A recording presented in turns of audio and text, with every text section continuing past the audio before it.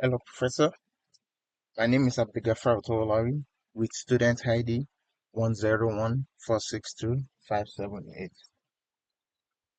Um, I will be walking you through my assignment tree, which is my deep learning assignment using CNNs to classify images from CIFAR 10 dataset and visualize image features using custom kernels. So this is actually my name.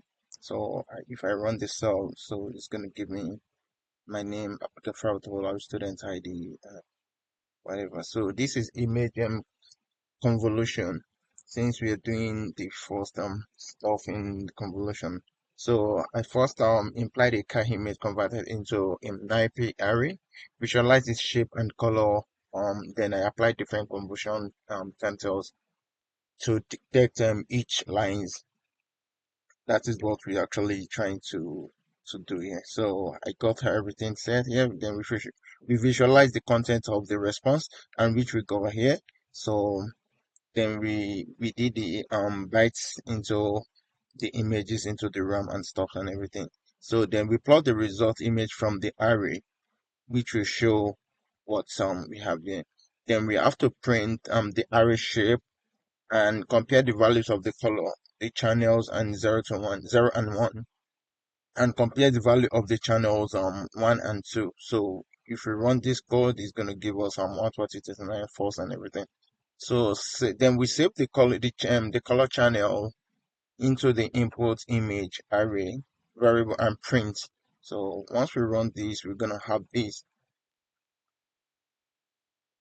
So, and then we visualize the values inside of the resulting array, which was this. Once we visualize the value, so we just visualize that it's actually convolution 2 DQs, which detects the diagonalities of the stuff. So we create a parallel array, adding two rows and two columns, which this is what we did. Then we did the we compare both arrays, then which shows the original array shape and padded arrays as well. Then we apply the kernel to the array, which is this. So we did a plot for the results, which this was actually the plot and what we did there. Then we try to define a function to trim out the values between 0 to 25, which this cost a lot of time for me because it's actually roll a lot of, you know and create a kernel to dictate horizontal lines, which this part. So just for us to get the horizontal lines are okay, how they apply the kernel to the images and plot the resulting image, which is the images that we got here, and the horizontal lines as well. So, and on this part it says, based on the kernels representing the above image, create a kernel to dictate 45 degree, which is the 45 degree, right? So we tried to do that, and then we got our outcome to be something like this, which is the result images we have in here right now. And then it said, based on the kernel representing the above image, create a kernel to dictate 135 degree. So we created this as well to create the 135 degree as well to show us the about our 135 degree as well. So it says question 2, apply the following kernels to your image and plot the output, which this is what we did, which this is what I did. So I have the edge detection with kernel 1, and this is actually the detection that I got on this part as well. So we said apply the kernel. It says apply, then we have to apply the kernel to the edges to plot the result as well. So which is what was done in this aspect, as in this area as well. So, and apply the Laplacian kernel to the image, which is this part as well. But once this part is run, we can have the edge detection with the kernel tree, and we have the Laplacian as well. And that is for the part A. Then for the part 2,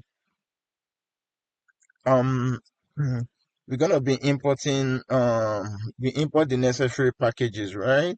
And libraries. We import carriers, macworld, we import tension flows as well. So once we run this, because it's what is been given in the assignment already, right? So just for us to follow whatever. And we run our auth encode as well. So I guess because we are trying to train the database right now. So we create the model. We're trying to train our model. So we created the model. So once we try to run the model, we have the user local and how will Python 3.11 and whatever. So we try to model compilation, right? We did the model compilation. Then we have to display the summary of the model. Once we run this, so it displays the summary of the label. We have the total parameters of 1,050,890. Then we have the trainable parameters as well. Then we have the non-trainable program, which is 0. Then we do a custom callback class for login, right? So we create a custom callback class to be called during the training. Then once we try to run these as well, then we have the CC custom callback, so which is what I try to do here. Then we reload the refresh labels for us to get our outputs, right? Then once this was refreshed, we get about 50,000 to 10, and we got the other one to be 10,000 to 10, which is what we get. Then I try to print everything that was trained. Then I print the train images shape, I print the label shape, and print the images shape and the label shape again, just for me to get the normal accuracy of what I'm looking for, which of that was done. Then I import my MPs as well to load the cipher10 data, which is processing as well. So I did all this, but because this is going to run for a long period of time, if I start running it right now, because it's going to take a lot of time, but I already run it. But once I try to run it, because it takes time for it to load, and I still want to show more on my videos for it to show how everything was actually running. But once I try to run it, but the point is that once I miss one encode, like I couldn't run one and I tried to run the other setup, it's gonna mess up everything I did. But let me see if it's gonna be fast. So I know it's gonna take a lot of time, but it's running. Everything was actually running perfectly. So, but I'll keep on, since this is running, but I'll keep showing the other stuff I did. So once that finished running, then we have to define a function to call the results, right? So which was this? Then I defined the function was defined. Then we get the result for plotting. So we have the accuracy curves and we have the accuracy, right? Then we did the training accuracy and the validation accuracy. We have the echoes that was actually loading up there right now. So the echo is, I think it's gonna stay. So it started loading here already. So I'm just going to keep showing whatever I have already. So, and we have a question that was actually asked. So, did the network present signs of overfitting? If so, in which echo? So, yes, there is a sign of overfitting from the training log. The training accuracy continues to increase while validation accuracy plateaus or increase slowly after around echo 12. These divergence between training and validation accuracy indicate overwriting starting roughly at echo 12 instance. So there's an overwriting during that period when it started, and as we can see, right, it's actually get a lot of from a RAM as well. So it actually takes time for it to get done.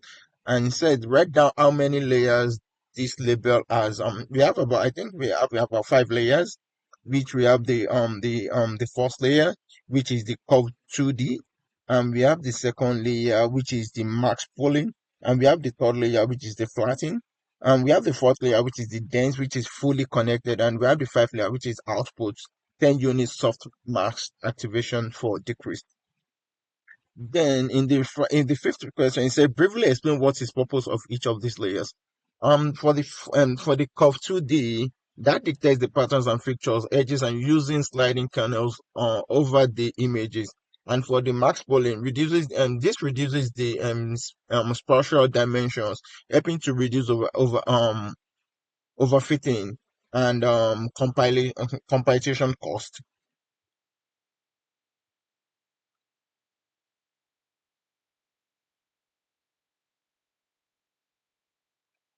Yeah.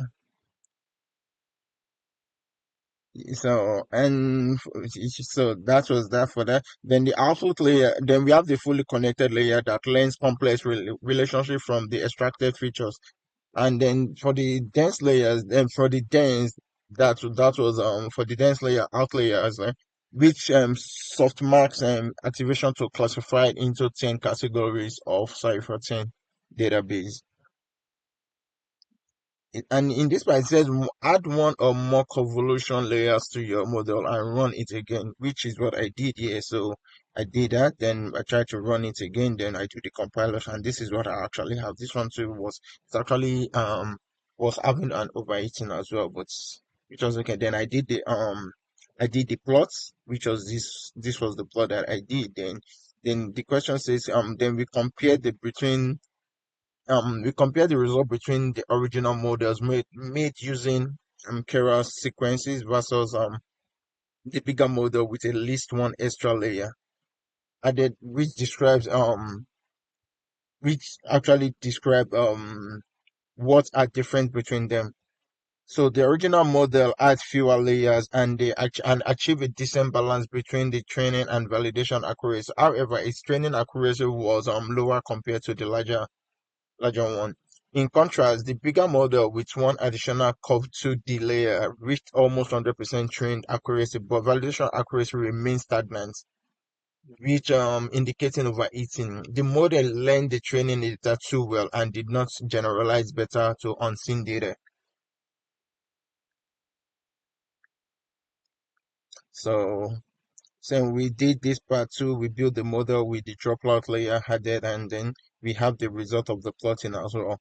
And yeah, this is most of the things that I do. So yeah, so you just in short, with the dropout, the training and validation costs are closer. The validation accuracy increased around 75%, showing better generalization.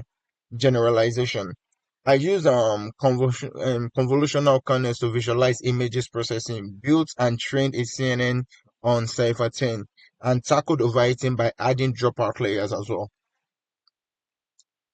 Yeah, and I improve then I improve some performance and added another COVID 2 to mass pooling to the layer. This this deeper architecture helps the model to learn more complex pattern, but overwriting still occurred. That's the most basic thing. Like there is a lot of overwriting when this was actually running through. Thank you for watching my walkthrough assignment 3. I'm excited to keep learning and improving my deep learning skill. Thank you. Um